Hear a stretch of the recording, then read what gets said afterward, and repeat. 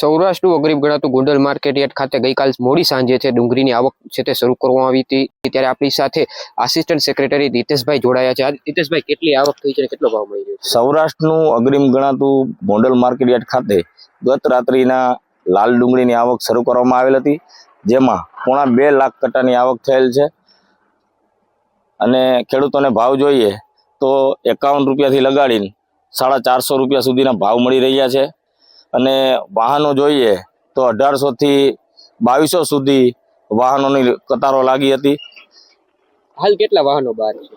હાલ અત્યારે 150 પોણા 200 વાહન બહાર છે, તે પણ હમણાં સમાવેશ કરી દેવામાં આવશે। ગયા વર્ષ કરતા આ વર્ષે ભાવમાં જોઈએ અથવા તો ડુંગળીની ક્વોલિટીમાં જોઈએ કેટલો ફેર છે? ગયા વર્ષ કરતા જોઈએ તો કમોસમી વરસાદને કારણે ખેડૂતોને આજુ વખતે થોડાક ભાવ મળી રહ્યા છે અને ક્વોલિટીની વાત કરીએ તો ક્વોલિટીમાં કેટલો ફેર છે? ક્વોલિટીમાં જોઈએ તો નબળું વરસાદના હિસાબે થોડીક નબળી ક્વોલિટી થયેલ છે ખેડૂતોને। અને ક્યાંથી ખેડૂતો પોતાનો માલ વેચે? ખેડૂતો પોતાનો સમગ્ર સૌરાષ્ટ્રમાંથી તમામ જિલ્લાઓમાંથી ગોંડલ માર્કેટ યાર્ડ ખાતે વેચવા માટે આવે છે। સૌ કયા જિલ્લાઓમાંથી?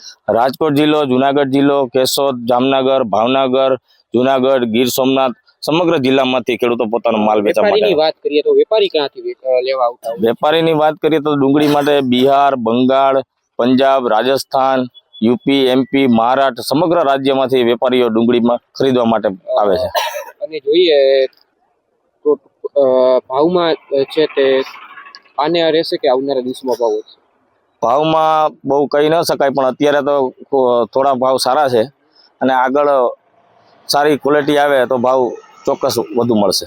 આ હતા હિતેશભાઈ સાવલિયા, જેના દ્વારા જણાવવામાં આવ્યું કે આજે ગોંડલ માર્કેટ યાર્ડ ખાતે છે તે પોણા 2 લાખ જેટલી ડુંગળીની છે તે આવક થઈ હતી। ત્યારે ભાવની દ્રષ્ટિએ જોઈએ તો ગયા વર્ષ કરતા આ વર્ષે ભાવમાં થોડો ઘટાડો છે।